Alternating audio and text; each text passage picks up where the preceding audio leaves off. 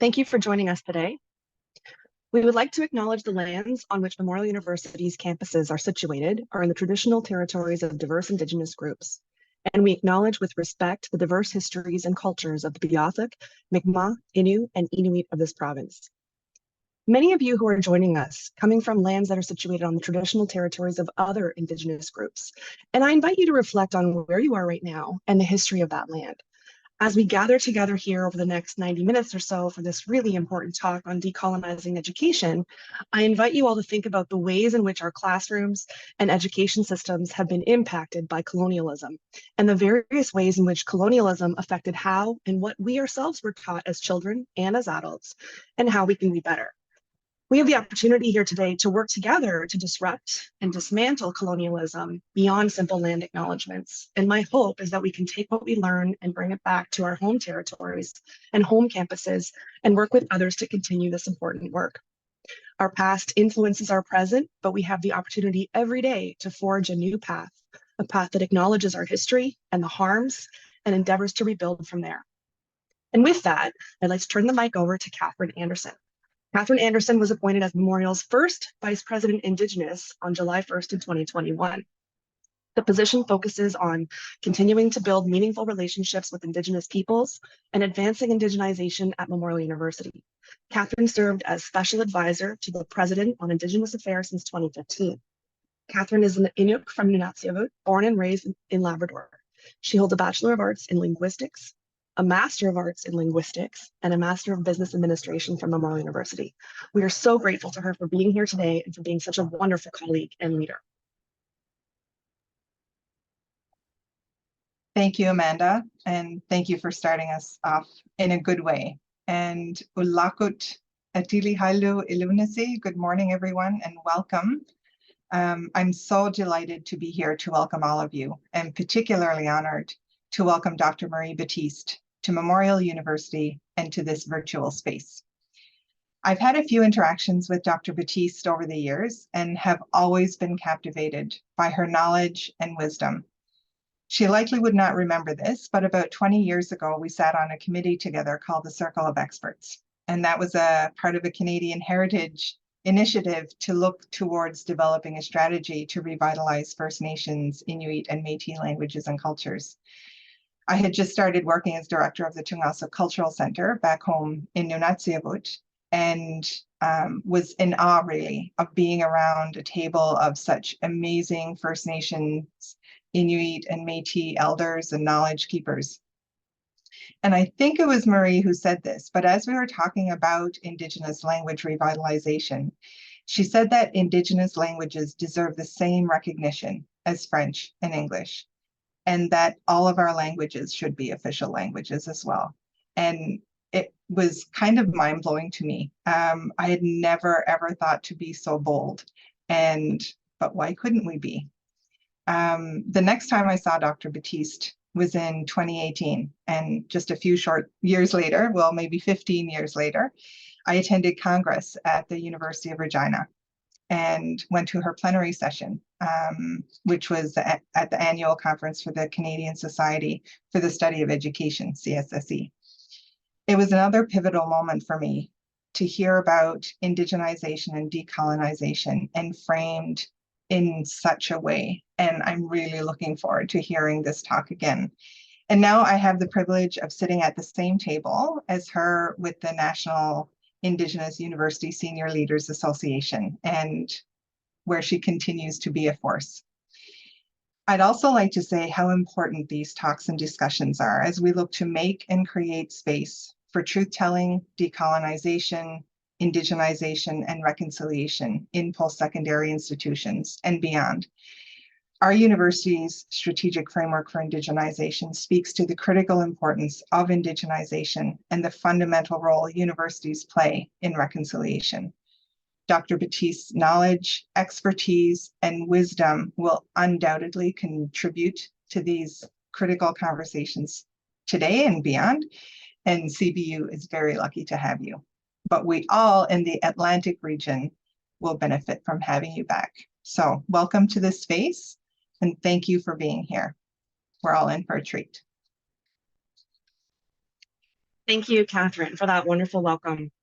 I will introduce our incredible guest speaker in a moment, but first I wanted to explain the formatting for this event. You'll be seeing a bit of me after the lecture. I'll be moderating the subsequent discussion with my colleague, Nicole Lugosi-Shimp from the Faculty of Native Studies at the University of Alberta. Dr. Lugosi-Shimp is a political scientist specializing in comparative politics and international relations. Her research interests include indigeneity, populism, race and nation, nationalism, Central Eastern Europe, especially Hungary, minority rights, and democracy. So you'll be seeing some more of her as well in a bit. If you've got questions, please put them in the chat. We'll be monitoring it and passing along the questions as we see them. You won't be able to unmute yourself or come onto the screen in this Zoom webinar format, but if you send us your questions, we will see them. You'll notice that this talk is being recorded, and we will post this on the Gender and Politics Lab website, www.genderandpoliticslab.com. Slow down for the interpretation, I'm going too fast, for you to check in with later if you like. So now the moment we've all been waiting for, our guest speaker. I am so very excited to introduce you to Dr. Marie Battiste. Dr. Battiste is Unu, a member of the Potlodik First Nation in Unama'ki, and a member of the Aroostook Band of the Mi'kmaq in Maine. After 28 years of teaching at the University of Saskatchewan, she retired to begin service in her home territory as special advisor to the Vice President Academic, Provost, and to the Dean of Unama'ki College on Decolonizing the Academy at Cape Breton University. A graduate of Harvard and Stanford universities, her research and scholarly work in decolonizing education, cognitive justice, and protecting Indigenous knowledges have earned her 5 honorary doctorate degrees, an appointment as Officer to the Order of Canada, and an elected fellow in the Royal Society of Canada. Dr. Battiste is a widely published author of journals, chapters, and books, and those publications will appear at the end of the presentation for you to see and look up later. Thank you, Dr. Battiste, for joining us today. We are so thrilled to have you here.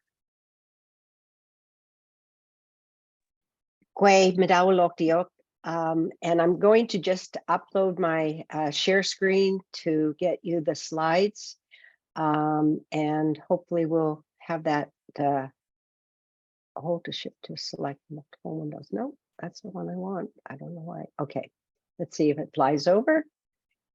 It looks like it did, I think. And let's start with our first slide.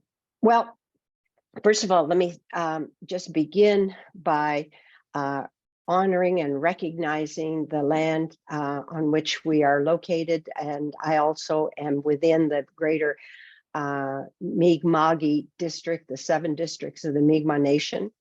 Newfoundland, we call Damkuk, and it is on this land that the conference has gathered on these ancestral lands of Indigenous peoples, of which there are many, the Mi'kmaq, who hold this land as part of their ancestral 7 districts of Mi'kmaq.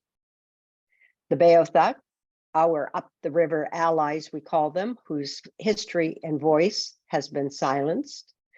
The Innu and the Inuit, who hold special relationships with the water, the fish, and the animals of the north that stretches to many lands and realms.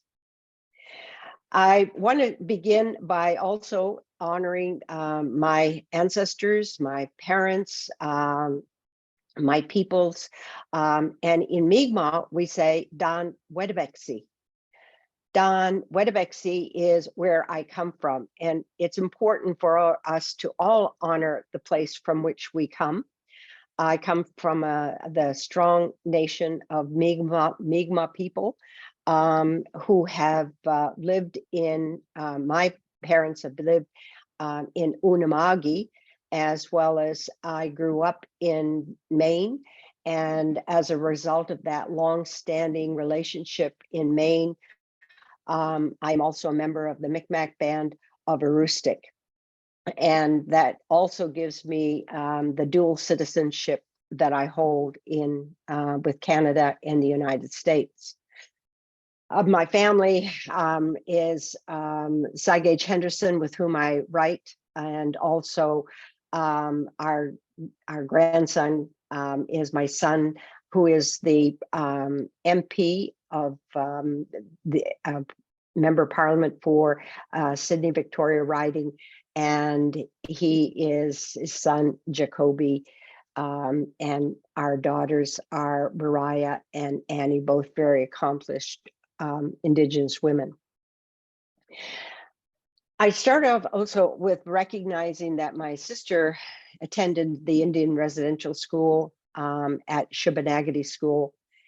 And it came at a time during our family's life when the government of Canada decided to remove our Mi'kmaq people from their self-sustaining homelands and move them onto centralized reserves.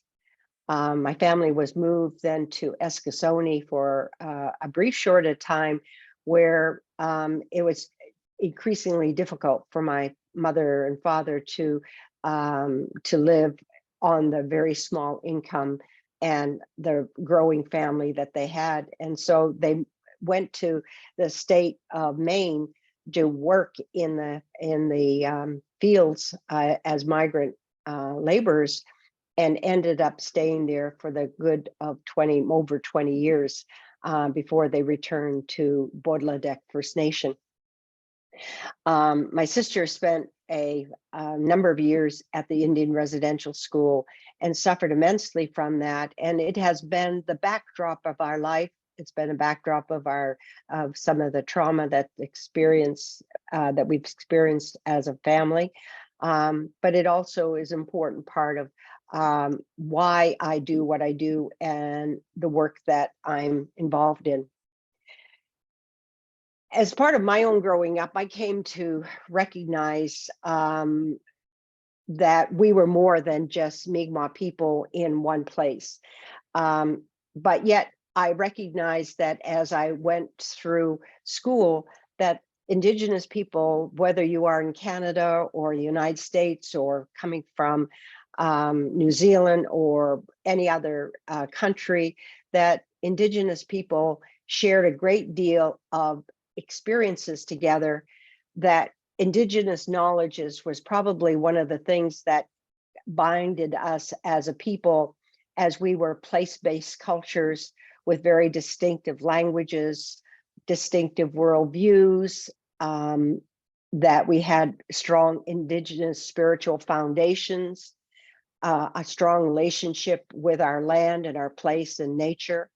And in all of the settler colonialism that we lived with, we also had a depth of resilience that was ever present in our lives in terms of how we lived in the flux, and also with a great deal of the of settler colonialism. In that particular experience, as I went up through school, I realized that settler colonialism was something that was not just regional and affecting my people, but it was something that affected everyone, everywhere, and everyone had either been a benefit from it or one who had been harmed by it. So colonization and marginalization and powerlessness, exploitation, racism, violence, and cultural imperialism were all elements of what has been the experience of Indigenous people worldwide. What I have called, and what has been called, Eurocentrism, in my own studies, I've come to recognize that we have all been marinated in Eurocentrism, whether it's our parents or grandparents or all of us. And that experience of being marinated in Eurocentrism presents us with a cognitive frame, a socialization in society that has put us either at an advantage or a disadvantage. In the work of James Blount, I found this word Eurocentrism that has been something that I've come to understand as a European center characterized by superiority and progress, creating a hegemony of peoples and systems, hierarchies, and a monopoly that was over all other knowledge systems. it was characterized as a singularity that moved out from the center around to the periphery. And it was the center that saw themselves as superior civilizations and superior in its laws, and everything that they did was progress.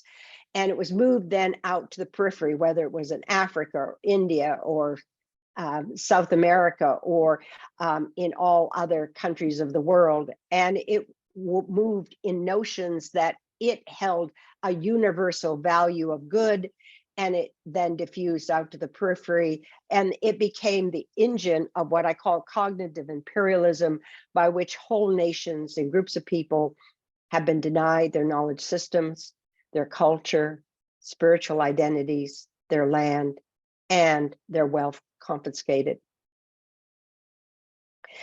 Cognitive imperialism was something that, while I was in a class by Martin Carnoy at Stanford University, I took this course, and it was on cultural imperialism.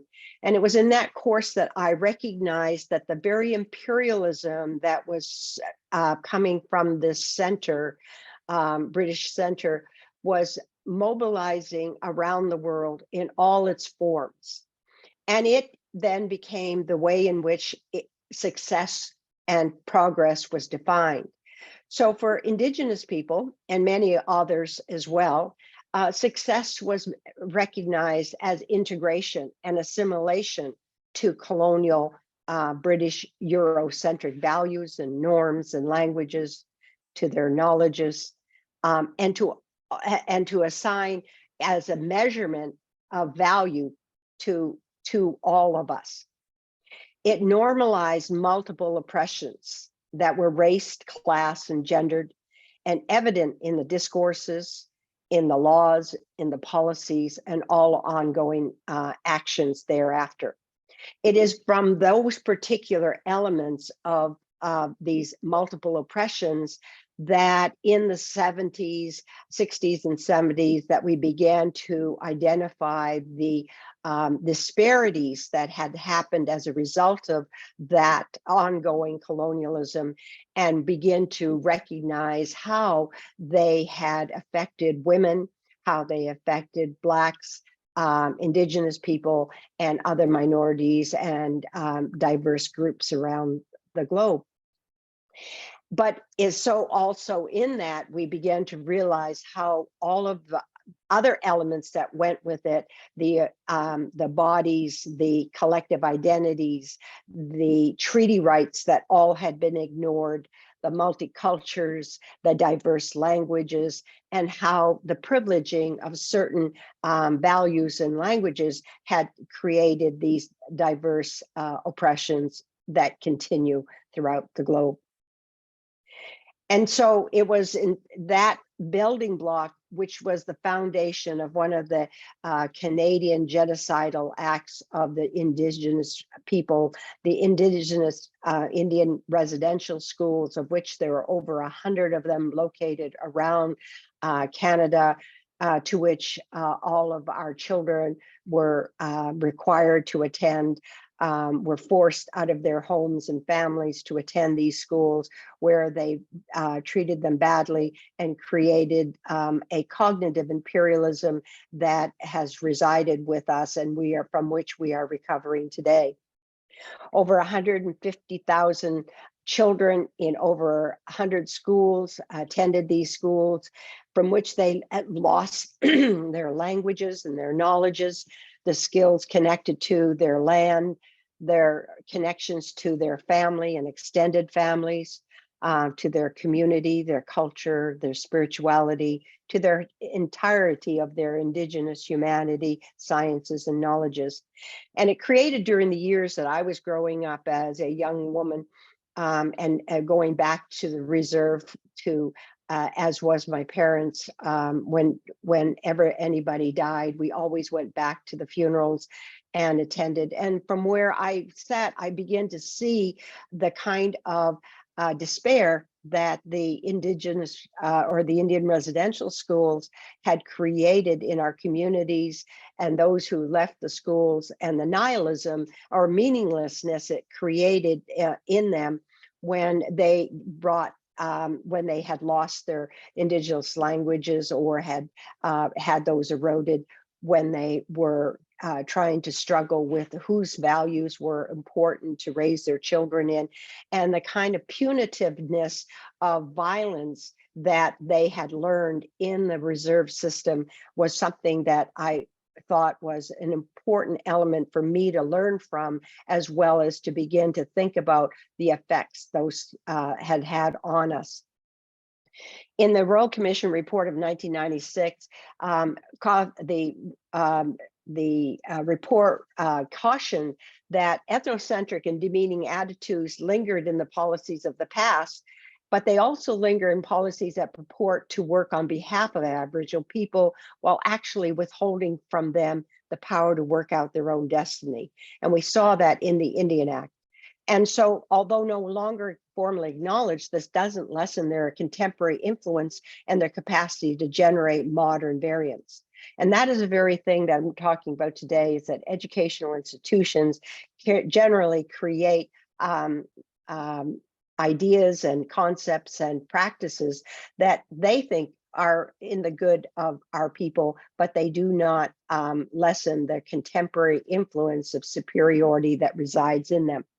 And in them, we find there are, in the settler relations and narratives, the university disciplinary traditions, our Eurocentric knowledge systems that continue to be privileged to achieve dominance and obscuring what was erased and marginalizing and hiding racism and colonialism. It also was the ways in which our languages and knowledges had been viewed as having no contemporary significance, not just only for Indigenous people, but for others as well, and having very little value for education in universities. The students, our Indigenous students, are recruited as a body, but then they're so Eurocentric education and academy, and there is very little for them to grow into their Indigenous knowledges, and it's built on a notion of their developing individual capacity and self-development so they can do the hard work of correcting colonialism and Eurocentrism in our communities, as well as affecting and carrying the biggest burden of all of trying to change or transform educational institutions from their colonial origins. So Aboriginal students, faculty, and staff are living with the dissonance and split brain consciousness that Gregory Kahete called bingahe, the kind of thing in which you are having to carry the whole violence of colonialism while you are trying to navigate an education in a school system. One of the things that I've come to learn of more recently is this term called agnology or agnotology, written in a book by the Macon by Proctor and Scheibinger in 2008. It's defined as the cultural production of ignorance, or how ignorance is produced through neglect, secrecy, suppression, destruction of documents, unquestioned tradition, and social political selectivity. Agnology or agnotology probably is more evident today as we begin to see in some political countries, especially in the United States, where they ignore, define, and redefine various things like civilization, like truth-telling, and so on. And that is a whole building block of which all these countries have been born into and grew into, but that has not been totally evident. And then now we are beginning to see agnology reappearing as an important element for change in political ideologies. So what I'm trying to say is that, decolonization is something that we all are having to address, that each one of us is either been a victim or a beneficiary of the same educational system, and few of us are privileged with a knowledge of how to achieve a decolonized education. And there is no silver, if I might say, call it bullet, or, individual kind of approach that's going to change it all. It's going to be a massive undertaking for us to be able to understand it, and then to work in our own locations as well as in our professions, and dealing with institutions at their disciplinary level. The good part of where things have gone, and it's is that, since I would say the late 70s, when the various movements of civil rights and American AIM movement, the Indigenous rights movements, women's rights movements, and so on, all of these have come about as a result of all of the awareness building that these movements have mobilized in books and being on frontline activist events. So as a result of this, Indigenous Renaissance began probably in the late 60s and on, has been a emerging, growing event, with Indigenous elders and scholars and researchers and activists leading this discourse of respect and decolonization in research, education, law. It's been part of the Constitution of Canada, courts, and legislation. Also, we've had this great non-Indigenous ally grouping that has come through post-colonial scholarship, through and gender and women and gendered studies, and so on.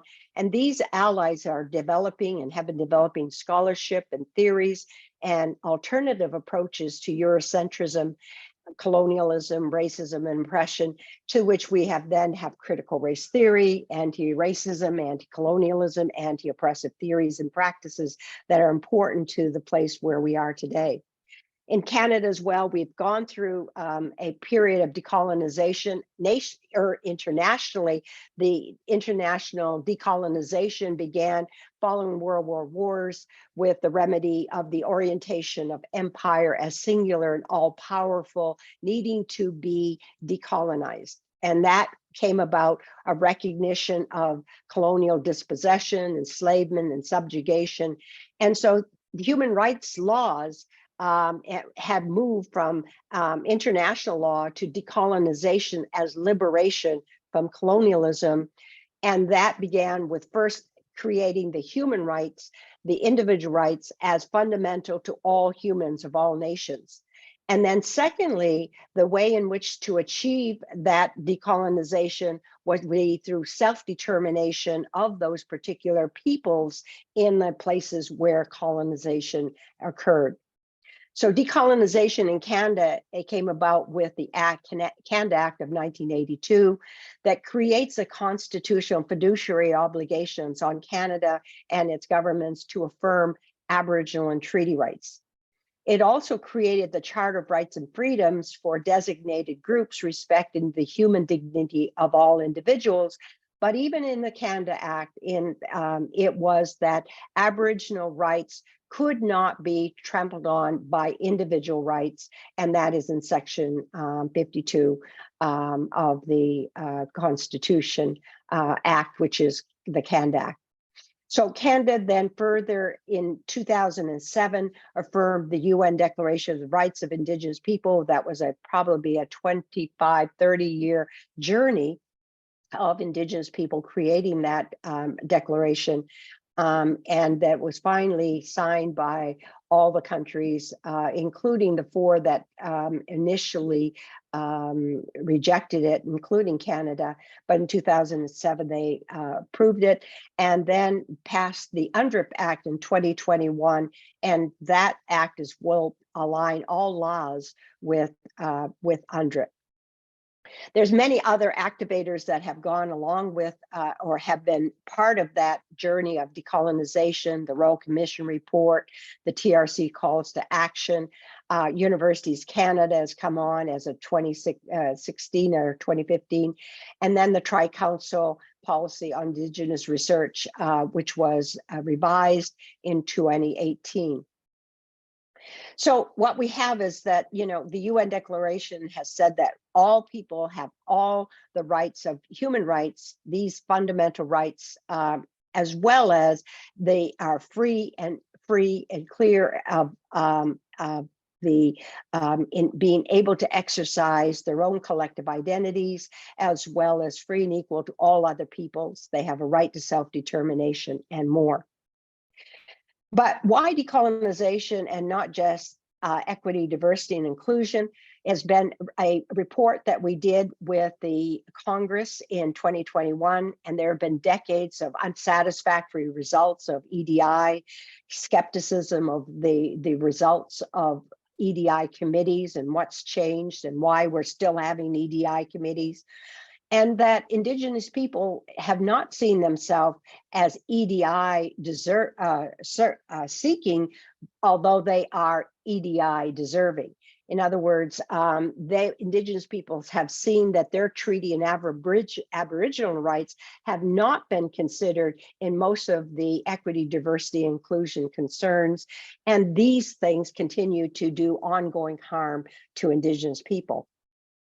Equality and equity are about fairness and human rights, and that diversity has been about acceptance and belonging. But largely, equity, diversity, and inclusion have been about inclusion in the Eurocentric framework, and that it is how do we all work within this one framework as opposed to the balancing of diverse frameworks. Which is why decolonization is a structure and a needed element that helps us to unpack the colonial privileging of certain knowledges and traditions, while also recognizing that the reconstruction of Indigenous nations and other people's identities and knowledge systems need to be the foundation for the recovery of those and the rebuilding and recentering them as in the education and all the social systems laws that are currently operating. So when we think about decolonization and indigenization and reconciliation, we're looking at these three different elements of them. And I had Lorna Andrews, who does a lovely video online. You should check her video out. But she offered this framework, and which I have adapted here to illustrate the ways in which indigenization must be led by Indigenous people, and it is also a shared responsibility. But reconciliation is a settler responsibility that benefits everyone, as well as a shared responsibility.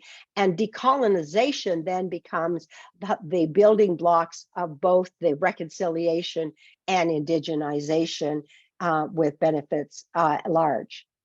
So reconciliation, if we look at the TRC calls to action, is a requirement for an awareness of the past, acknowledgement of the harm, and atonement that causes an action to change behavior. It's the head, heart, hand kind of thing that we think about, the head being the way we understand things, the heart being how we process that into our heart to effectively change how and what we do in the future. And so it really needs to continue to address the losses and also the historical barriers and redress the economies and growth and change in Indigenous communities, and that as a result, we will then be able to begin to rebuild an indigenization in the institutions that work to understanding that we need to respect Indigenous wisdom and knowledge and expertise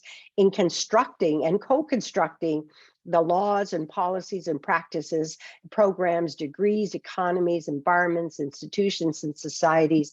And it requires Indigenous people to take the lead in this as they move forward with various program changes in institutions. When we look at decolonization, as reported in the Congress report that I show here, and that you can find online, decolonization is a necessary and ongoing process of unlearning, uncovering, and transforming the legacies of colonialism, as well as utilizing the educational knowledge systems available to relearn, rebuild the social, cultural, linguistic foundations that were lost or eroded through colonialism.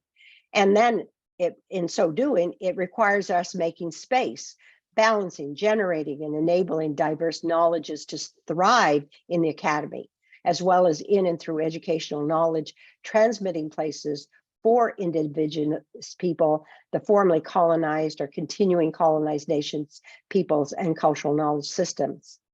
As Tuck and Yang have shown us, decolonization is not a metaphor for social justice, though social justice is necessary, not a metaphor for diversity, although diversity is important.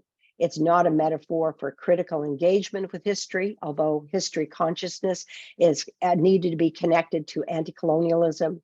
And it's not just an additive content to courses and training, but a deep interrogation of how we've come to know what counts as knowledge, who created the processes we are now using, who benefits, and who are the gatekeepers.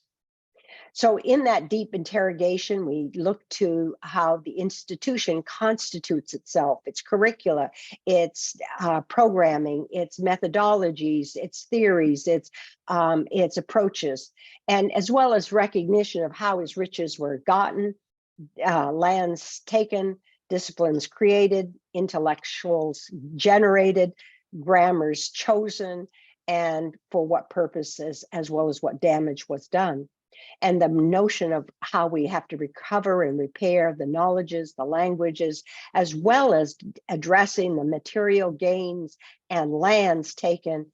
So that makes this a very much a material, cognitive, and systemic process. Now, I won't go through all of these, but I will share them with you in those of you who want to have this PowerPoint, only to say that Indigenization inclusion has been more of an assimilation approach. In other words, adding people, adding hires, adding courses, adding spaces, adding cultural programming has the effect of putting all of the burden on Indigenous people to be the decolonizing face of institutions. And that cannot do. That reconciliation education and institution is where all people now are part of the process for changing education. But that too is not enough, because oftentimes a lot more might be happening at a discursive level. There might be more changes in terms of action, strategic action plans, more Indigenous hires at the senior level, some power sharing with adding a board member or two onto the governance structure. But it really doesn't take into consideration what needs to be done in terms of Indigenous people building their own institutions, and also drawing upon the strength of both the funds and the way to gather and to take their knowledge systems and grow maybe separate systems that can thrive beside other knowledge systems. So decolonization, in my view, is not just the navigating of the ship around the islands, but rather it is about how do we construct knowledge systems that are both in Indigenous languages, similar to French language systems that have their own systems in French and English and Indigenous languages. And there are some growing examples of that around the world. And I know that that can work. So it really builds upon self-determination, the recovery of identities, the recognitions of land and place learning, developing Indigenous sovereignty, and through our reclaiming of our own Indigenous knowledge traditions.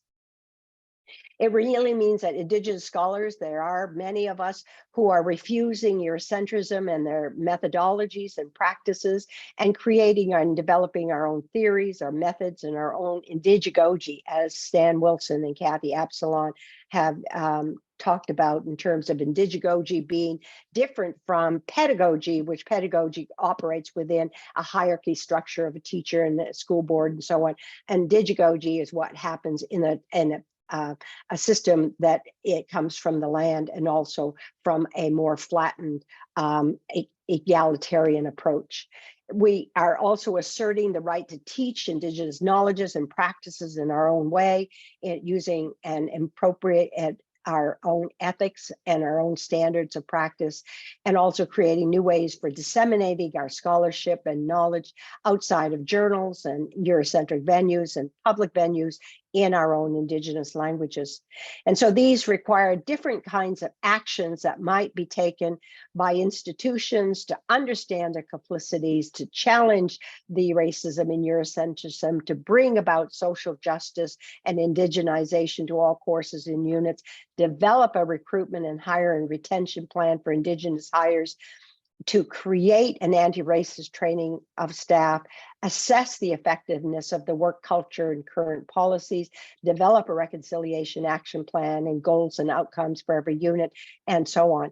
And so if you look at these kinds of things, I would like to say that, Concordia University, if you go to Concordia University, Decolonizing Indigenous Knowledges and Pedagogies, you will see an active approach done by Donna Goonleaf that is ongoing and takes into consideration all these and much more in terms of the work they're doing, and that it really builds on eco-justice and living well in the interconnections of land and languages, cognitive and social justice, the fair and balancing of education and health, and governing and social systems and professions, holistic lifelong learning, and the building blocks of it from UNDRIP, the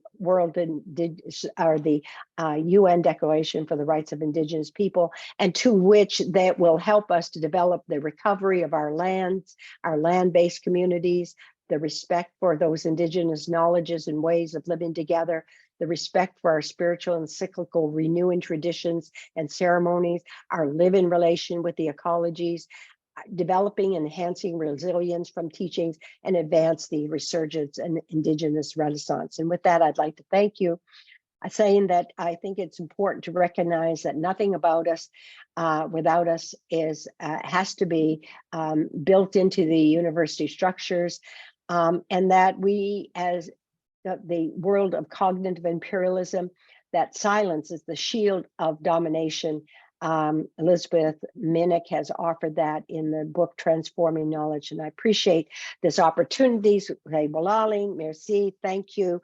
And here are some of the books that I have published. So with that, I want to then turn this back over to my people. I hope I have gotten in some question time.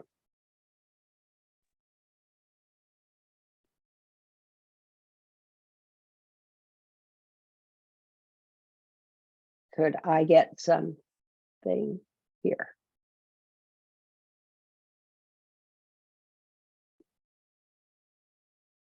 Thank you so much, Dr. Battiste. I really appreciate that talk. I think that was really helpful.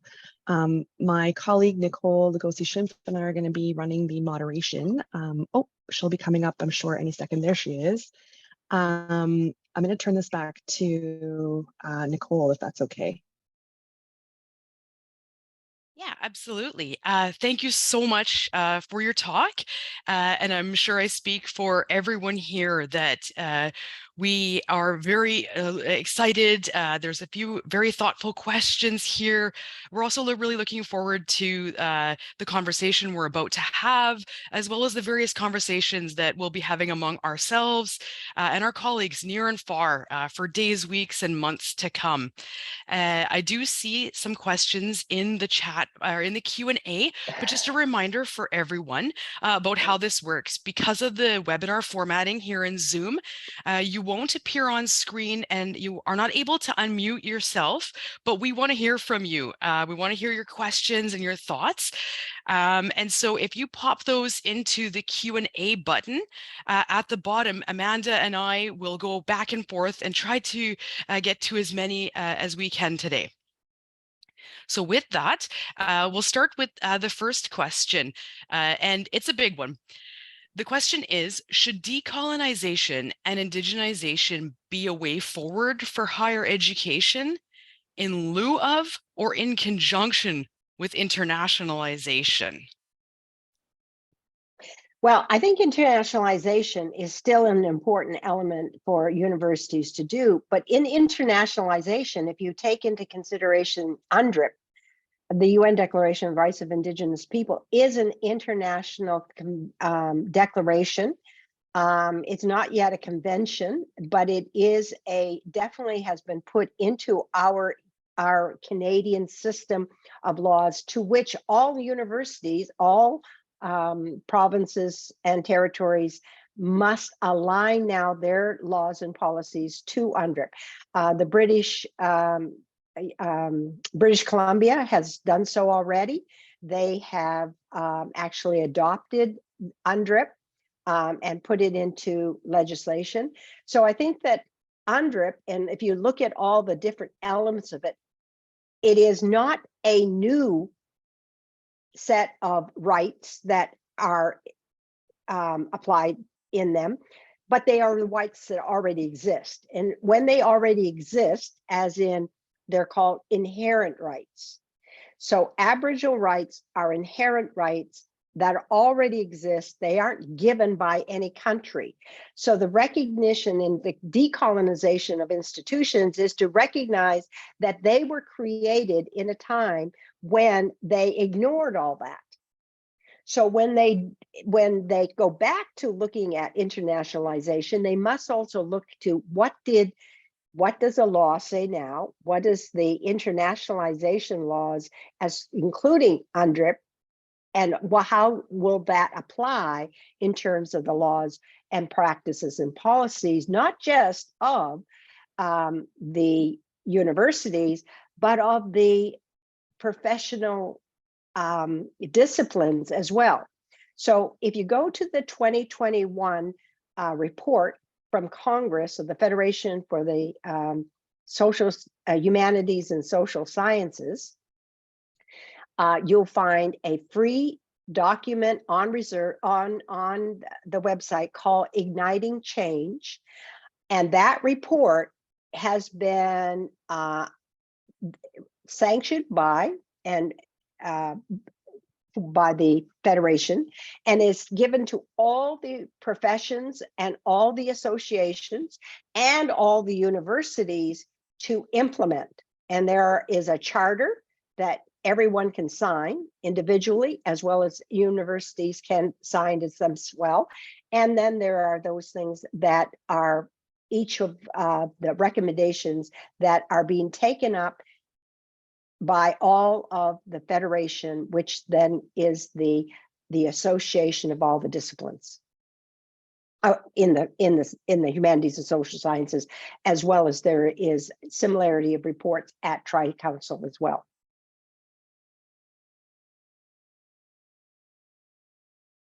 Thank you. That was really helpful.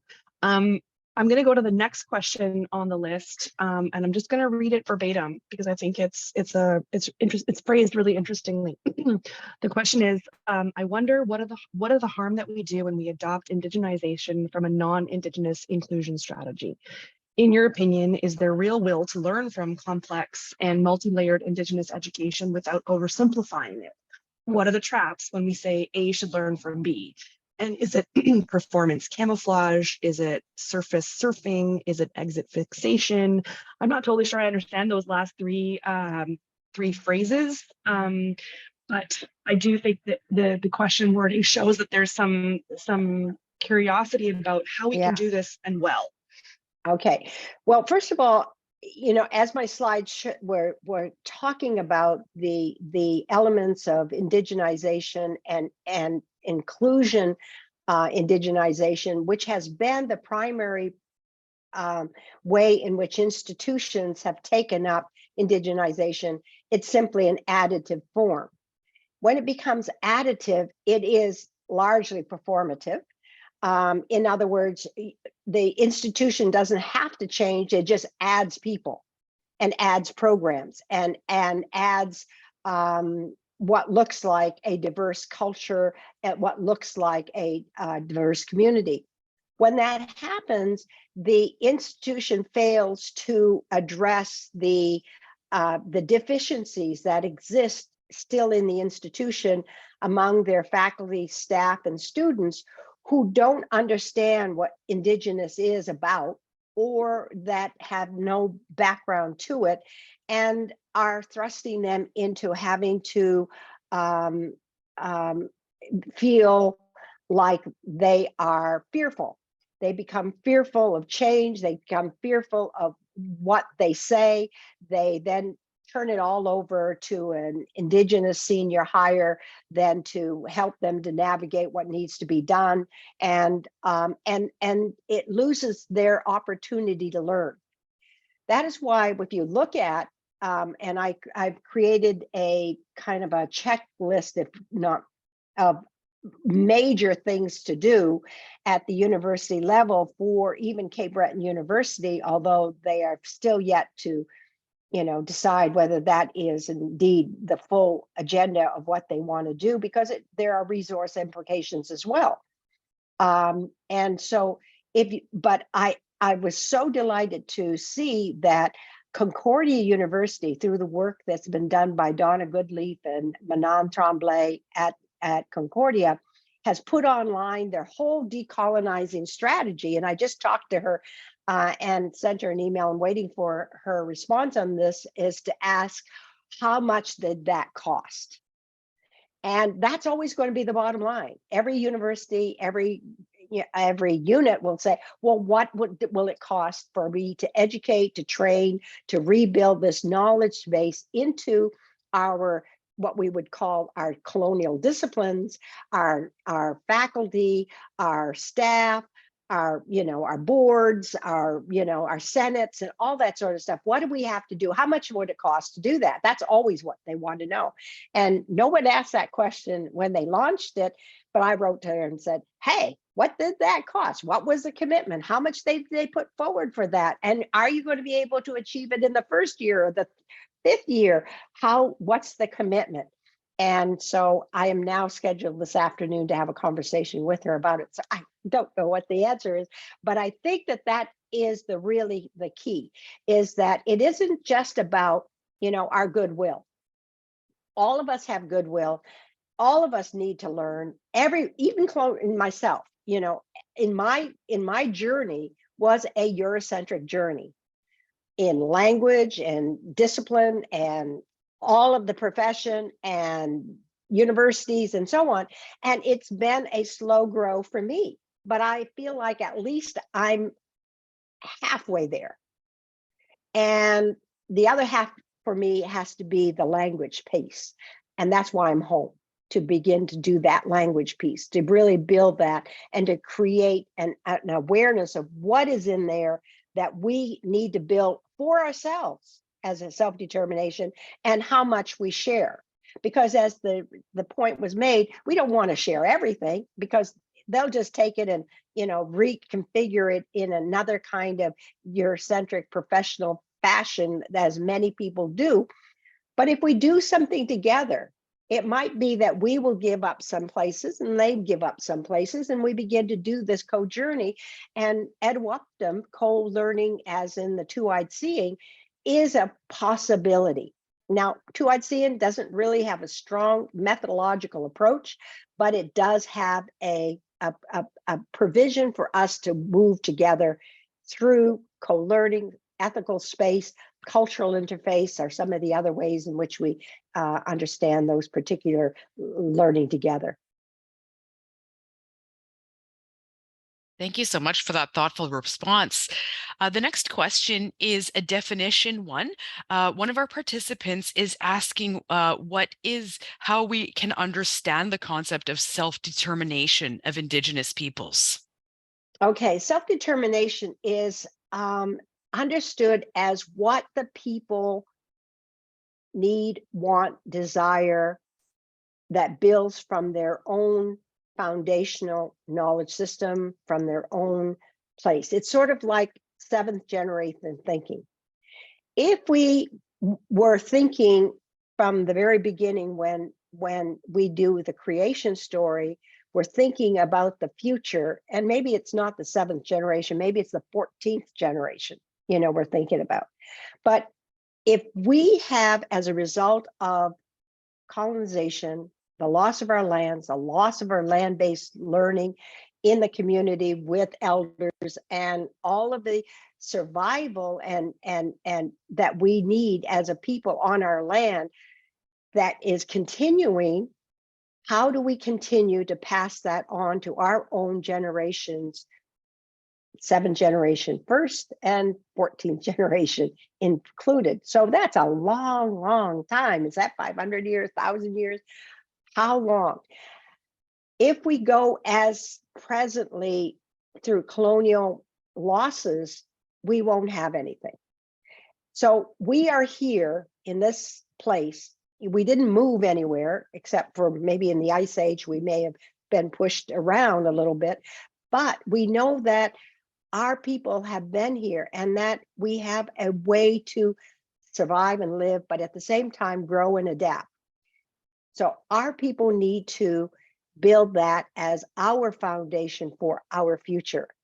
So self-determination begins with Indigenous people defining for themselves their own laws within their own language, within their own knowledge traditions, for how they need to continue to live in place with their environment, with all the relations that come in that environment. And those are all the animals and plants and the water and fire.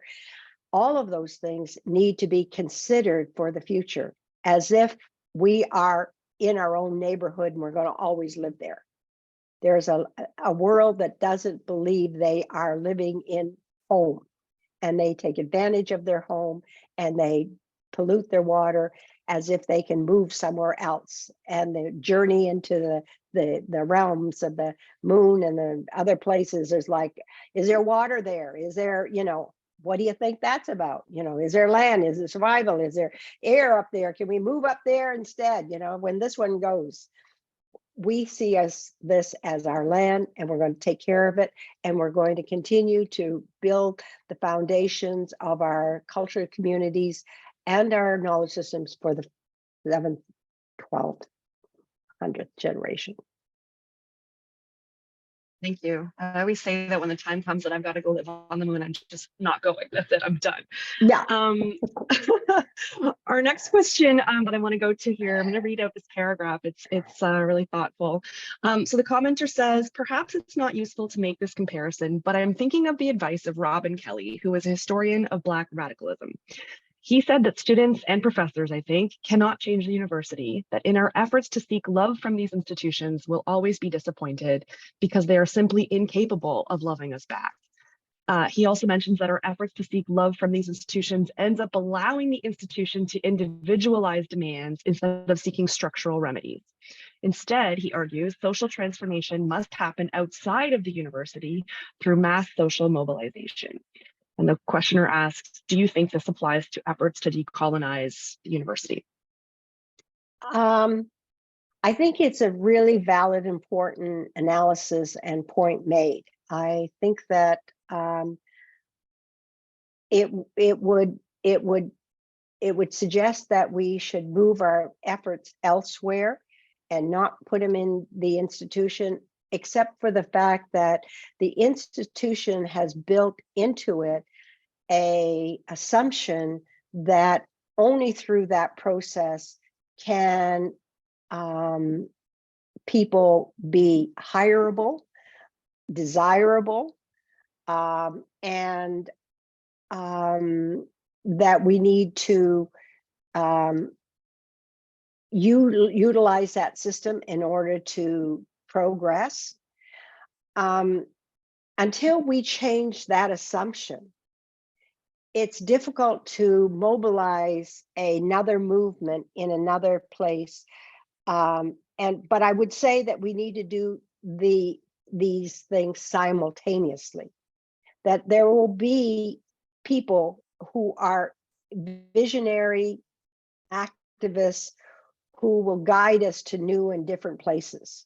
Some of those are already present in the institutions, like the Maori have developed their own educational institutions in New Zealand that are fostering their Maori language as a foundation for learning, and from which they have had, once it became a provincial or a state-funded institution were contested by the other universities for taking more students than what was thought to be the conventional institutions. And they contested it and said, no, you can be a institution, but you can't take all our students.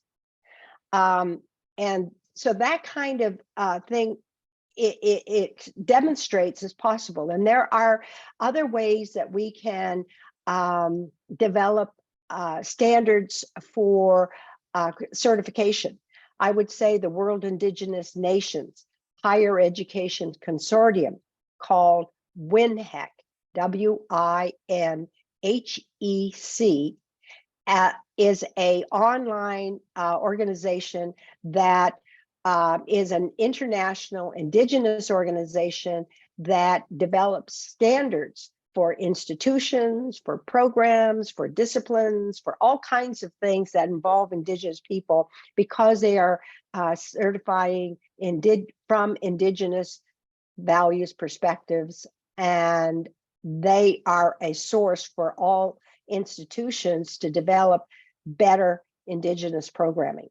So I think that, we still have those, like the Maritime Higher Education Consortium, or the Maritime Higher Education what is that thing that certification requirements for universities that have to go through that.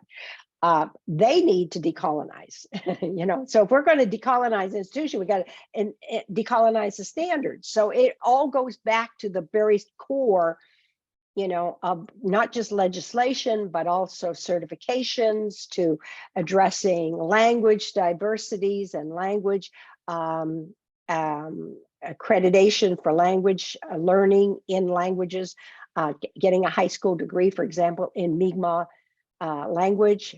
Why not? French does it, and they don't apologize that they don't do it in English. So on. So I think that there's many places to go. It's visionary people that's going to help mobilize into those places. Thank you for that. From the questions, from the Q&A box, it's clear that you've been very inspirational, especially for some younger scholars, graduate students, and early career professors. So lumping some of the questions together, one asks the question of being an Indigenous graduate student in a faculty of education, and how that space can be very discouraging and exhausting, always trying to explain their perspective in a very Eurocentric context, with very little Indigenous representation, either in the content or in resources. Their broader question is, what words of advice would you give to a student like themselves, or their professors, or maybe an early career scholar in general? Well, I say that, one of the things that I have experienced is that all the way through my career. I have been in institutions, Harvard, Stanford, and all the like, that all are Eurocentric institutions, and with people who are very kind, generous, and willing to learn, but are not there yet and haven't had the opportunity to learn from good ways of understanding how to address their own privileges. That is a training in and of itself. It's an education, socialization. It's also training. And so there are some things that we can suggest for the faculty and staff. Unfortunately, in most institutions, it's still in the additive mode, and we aren't going very far. And so a lot of our Indigenous students come in and have to navigate that particular unsafe space, assuming or feeling the tension that every time Indigenous is addressed, that faculty member or will not know how to navigate a discussion around Indigenous prejudices, anti-racism, as well as how to address any of these other kinds of inclusion kinds of things, whether it's LGBT2S kinds of discussions, or whether it has to do with women by themselves, or all those kinds of things. So we're still, each of us, having to navigate that and understanding how to do that in a good way is to feel confident, that you're right, and trust your inner spirit telling you, and be guided by that. Oftentimes, in my work life, I have said things that I don't know where they came from. It came from my heart, and at the same time, they were what was needed at that moment in time. And so I guess it's saying you trust your gut, you trust your guides that are guiding you through your lifetime, through those places. And that as you do that, I think that you will find the right words to help people to get through that. It's trying to contain things like anger and disappointment and frustration in your body as well, as you go through that kind of having to teach people through that. And I guess what I would say is advice, you have to trust yourself to also say it's not all your job to do. It is not, you can only go up to the door of all of where you feel comfortable, and you do not have to take on the world and educate the world to everything. You have to do what's comfortable for you at the moment in time, and let others do the rest of the job. Your job is not to take everybody's role and re-educate them to this, because it's not just one, it's millions. So you just don't have the time or the energy for that. So gift yourself with, I can give it to others to learn on their own. I don't want to take it all on. Thank you. That's a tough one. I think that's a really common experience for a lot of folks who are being asked to do the brunt of this work, and it's very challenging. I want to ask a question. There's a couple of questions that are sort of similar in here, so I'm going to ask just one of them, and I'm going to remove the other one from the chat. So if your question goes away, this is why. This question, Black scholars in the United States and Canada have advocated for studies of the relationship of Black people to ongoing settler colonial projects that perpetuate Indigenous dispossession. Do you have any suggestions as to how to fulfill this mandate in a manner that reckons with the full weight of settler colonialism, while also understanding the specificities of anti-Black violence? Essentially, how can we move forward for thinking about Indigenous perspectives to engage with scholars working to counter anti-Black racism? How can those two things happen together? Yes, it's an important one, because basically we should never be in a one-up on oppression, as we know that.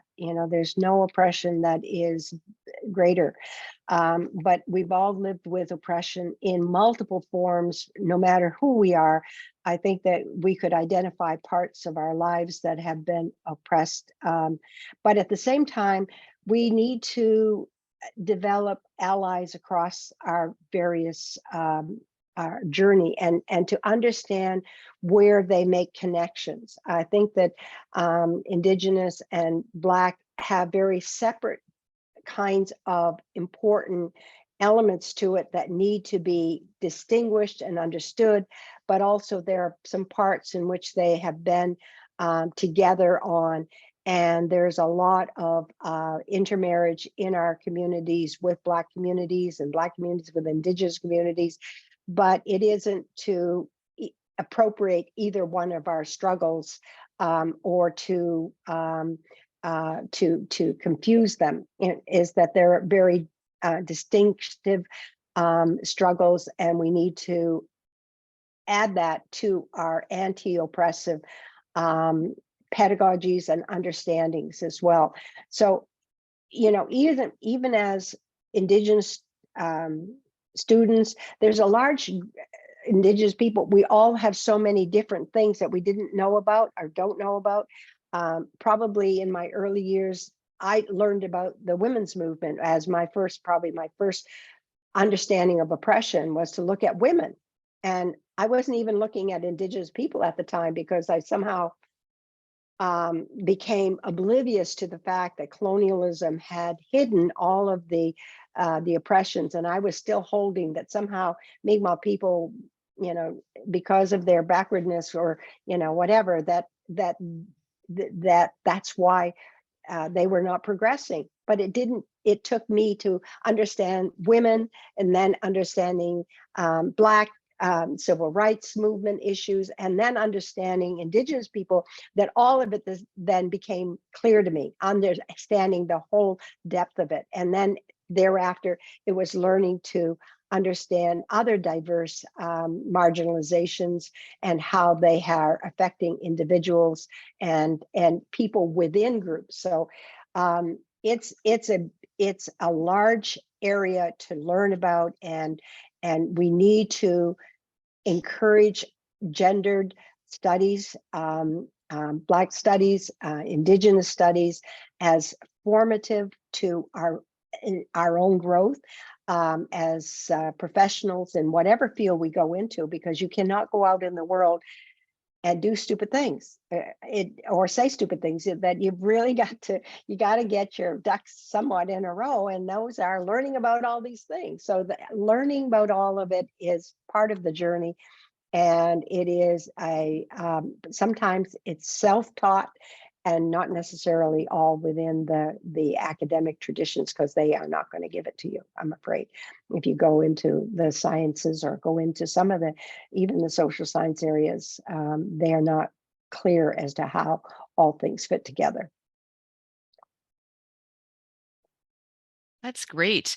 The next question is aligned with this idea of getting ducks in a row and taking responsibility for learning. So the question here is, what advice do you have for non-Indigenous allies to not get stuck or frozen by fears, of tokenizing or perpetuating harms? Well, I guess that's the important first step, is to get yourself understanding your own self-location, understanding the places where you're in your self-location, you've learned or heard, negative comments about peoples as well as people, and or in terms of how we construct our notions of ourselves related to the environment, to animals and plants. Understand our own social location, our own deficiencies in the education we received, and then begin to think about what do you need to do to overcome any of those fears. I think that a fear is simply a major sign of a weakness that we need to address. Anytime we have a fear, we need to tackle it. And the tackling it means we need to read, there's so much available on YouTube, on Google, and other places, although there's also some false kinds of things there too. We need to be able to critically read what it is that we are getting, and to become informed people for our next generation as we begin to address things like false information and the, at the moment everyone's talking about the AI, artificial intelligence, and the chats, the chat GBT, all of that is, coming to be fear. What do we got to do about that? Well, we learn it, we figure out what it is, and then we then know its possibilities and how we might use it, and how it might become another way that we understand the world we live in, both from the negative misinformation that can be put there, as well as the positive. Then it really means that you have to get your heart in the row. It's not the ducks, but the heart. The heart has to be very much in there as well. And intuition is something that's strongly and very importantly a part of how we come to know ourselves. It isn't just a mind body it's really a mind, body, and spirit. And spirit is very much in each of us. And I think that we're here for a purpose. And sometimes that purpose is going to meet up with a whole lot of diversity. And we just need to learn what are the lessons that we need to learn in our own journey, and how do we navigate those lessons throughout our lifetime. One of the elders that I had once who talked about life as a, she said, if you remember that Robert Frost poem that you go up to the woods and there's these two paths that you can take, and you take the one less trodden or something. In Indigenous thought, there is, we are in this world to journey it, and we have our own path. And when we come to these two rivers kind of path, and it looks like we have to choose one, oftentimes it is we need to take one to learn some lessons that we're going to use on the next path. It doesn't mean that you avoid those lessons. It means that if you took this path down the road, those lessons might be in another path that you take. So it's learning how to navigate a path we're on and learn from it so that we can be better prepared for the next path that we take. Love that. Thank you. I always teach my students that patriarchy is one of those things that harms everybody. So men, yes, they benefit somewhat from patriarchy, but it also harms them in all kinds of ways. And this mind-body Eurocentric perspective, imagine if we hadn't had centuries of that kind of learning, and if we had thought about, as, victims of colonization ourselves, these other ways of thinking, what our lives could actually be like right now. So it harms us all in that kind of sense. There's a couple of questions that are similar. I'm going to group them together again. And ultimately, these couple of questions come down to thinking about Canada as an example for other places. Is Canada doing things well? Are there lessons that other places could learn from us?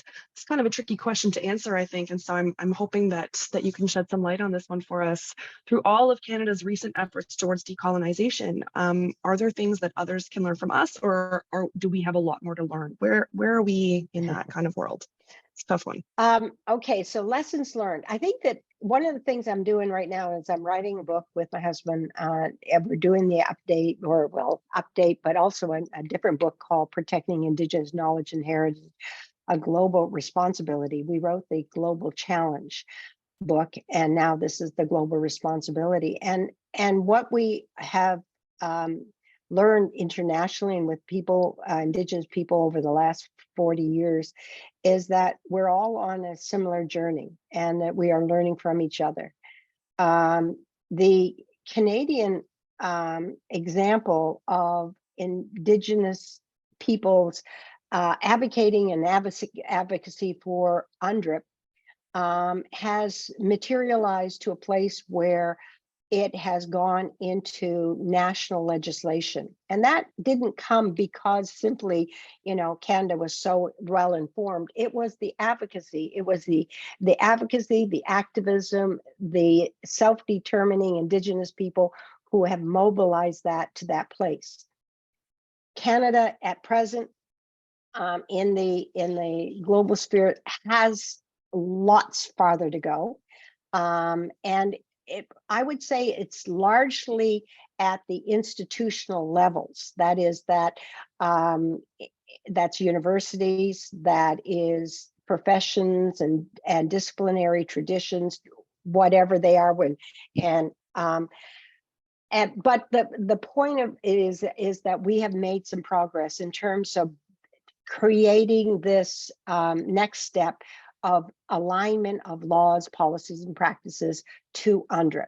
And like TRC that came out in 2015 and has been a mobilizing force for reconciliation, although we have still far to go for reconciliation to occur. We know it's a long-term process, but sometimes reconciliation gets conflated with indigenization.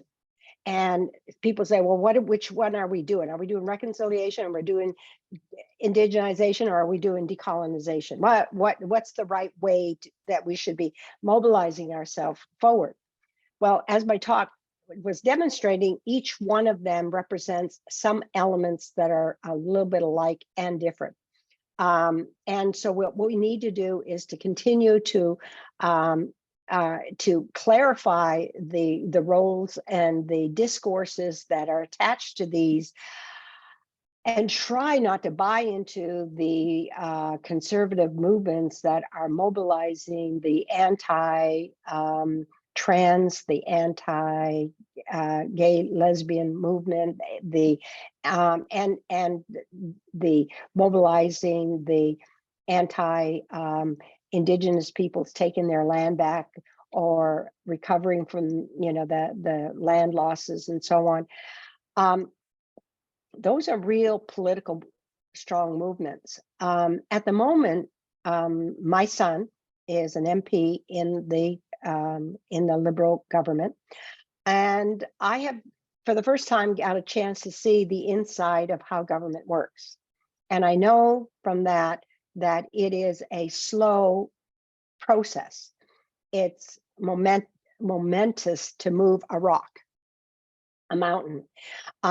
But some things can be done by the advocacy within. And some of that has been happening because I have a son who is the only First Nation member in that caucus, and who also lives on a reserve. And so there's a very clear agenda for him, but it's a big job, and he needs more people with him to do that work. So it's a matter of, we can't never be complacent. We always have to think about what each of our roles can be as we move things forward. And I think our job is going to get heavier and greater in the years to come. And we just need to stay strong, keep our alliances growing, and teach others what we know, as well as to help our children to navigate that particular difficult time that we're coming ahead. That's really great. Thank you so much. We have so many amazing questions, but we only have time for one last one. We have someone asking if you would kindly share any story or thoughts that you've had from your own journey through academia that you would consider a success of resilience, navigating the system, overcoming a challenge. Okay. Yeah. I think that there are many to share. One of the big challenges I've had was getting promoted to professor.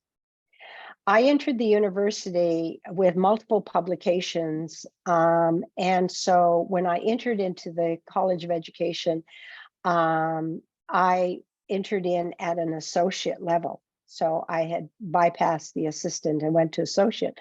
So it was only the one step to professor that I had to navigate after I got tenure. But I was approved by my department level for all the things I had done, but the college itself denied my moving forward. At that time, I had to make a decision whether I would, work harder, and or whether I would fight to the next level, an appeal.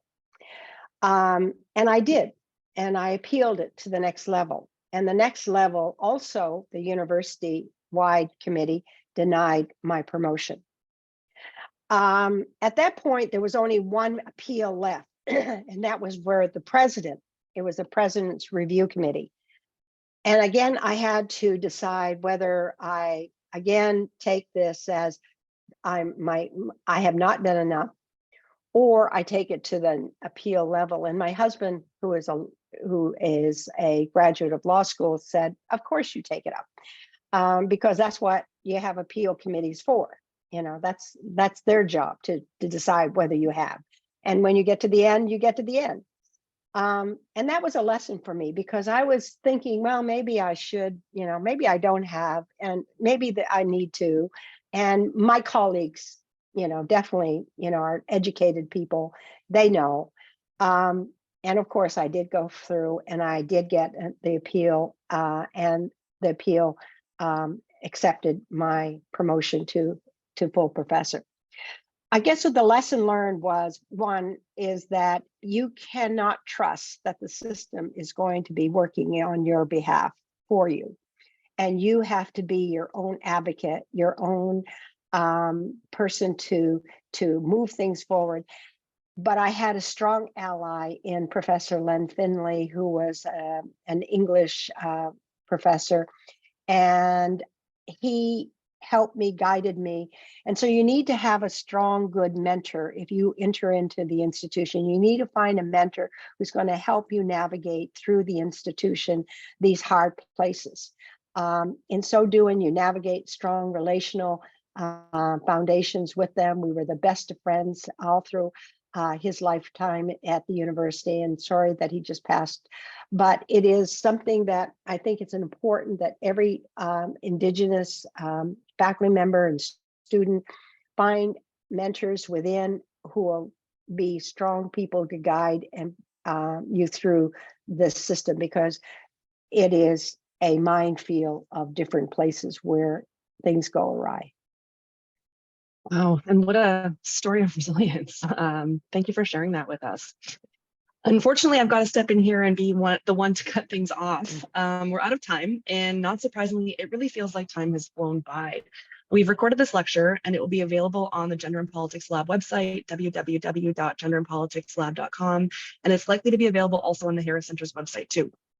Before we go, we would also like to thank the various organizations who funded and made this event possible. This includes Memorial University's Provost, the VP Research Office, the Faculty of Humanities and Social Sciences, the Office of Public Engagement, the Harris Center, the Gender and Politics Lab, and the Departments of Political Science and Religious Studies at Memorial. Lots of folks were really excited to have you here. We'd also like to thank the Social Sciences and Humanities Research Council of Canada for their financial support. I'm grateful also to Catherine Anderson for joining us and welcoming us this morning on behalf of the university.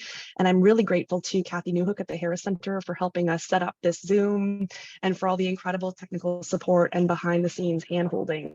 I got a lot of hand-holding.